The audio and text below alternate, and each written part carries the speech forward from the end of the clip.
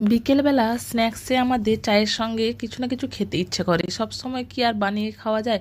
কিন্তু মাঝে মধ্যে এইরকম যদি আমরা বানিয়ে রেখে দিতে পারি, তাহলে আমরা চায়ের সঙ্গে বিকেলবেলা খুব সুন্দরভাবে খেতে পারবো। এটা হচ্ছে গাঁঠিয়া। গাঁঠিয়া কীভাবে বানানো যায়? খুবই কম উপকরণ দিয়ে আর খুবই সহজে।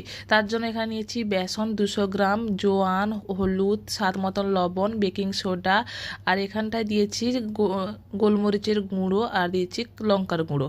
এরপর এটাকে ভালো করে মিশিয়ে নিতে হবে তেল দিয়ে। 3 চামচ মতন এখানে তেল দিয়েছি। এরপর এটাকে ভালো করে এইভাবে মাখিয়ে নিতে হবে হাতের সাহায্যে। এরপর অল্প অল্প করে জল দিয়ে একটা ডো তৈরি করতে হবে। ডোটা যাতে পাতলা না হয়ে যায় তার জন্য অল্প অল্প করে জল দিয়ে ডোটা তৈরি করতে হবে। আগে থেকে বেশি জল দিলে তাহলে ঘন হয়ে যাবে, এর জন্য দেখে শুনে অল্প অল্প করে জল দিয়ে সুন্দর একটা ডো তৈরি করে নিতে হবে।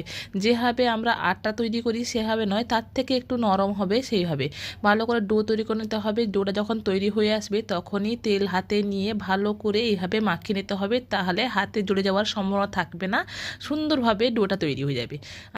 ডোটা তৈরি হয়ে যাওয়ার পর যে ঝুরি ভাজা বা গাঁঠিয়া বানানোর জন্য যে ছাঁচটা পাওয়া যায় সেটা আমার কাছে ছিল, সেটাতে ভালো করে তেলটাকে মাখিয়ে নিতে হবে যাতে ব্যাটাটা না লেগে যায়, এর জন্য। এরপর ডোটা যে বানিয়ে রেখেছিলাম সেটা অর্ধেক অংশ এখানটায় ঢুকিয়ে দিচ্ছি। এরপর এটাকে সুন্দরভাবে বন্ধ করে নিতে হবে। এরপর ভেজে নেওয়ার পালা। এই যে ছাঁচটা থাকলে খুব সুন্দরভাবে তৈরি করা যায় বাড়িতে গাঁঠিয়াগুলো।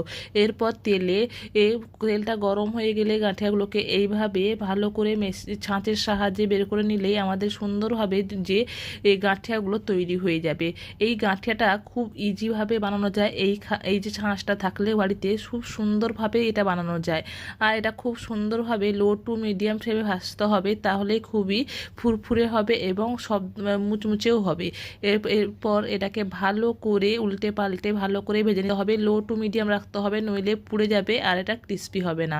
এরপর আমাদের গাঁঠিয়াগুলো খুব সুন্দরভাবে তৈরি হয়ে গেছে। আমি আপনাদেরকে ভেঙে দেখাবো কতটা ক্রিস্পি হয়েছে, আর আপনাদেরকে শব্দও শোনাবো। এর আওয়াজগুলো শুনলেই বুঝতে পারবে কতটা ক্রিস্পি হয়েছে। আর পুরো মটমটে ভাঙলেই সুন্দরভাবে ভেঙে যাচ্ছে, পুরো ফুরফুরে। একবার বাড়িতে বানিয়ে দেখবেন, খুব সুন্দরভাবে বাড়িতে তৈরি হয়ে যাবে এই গাঁঠিয়াগুলো। অবশ্যই একবার বানিয়ে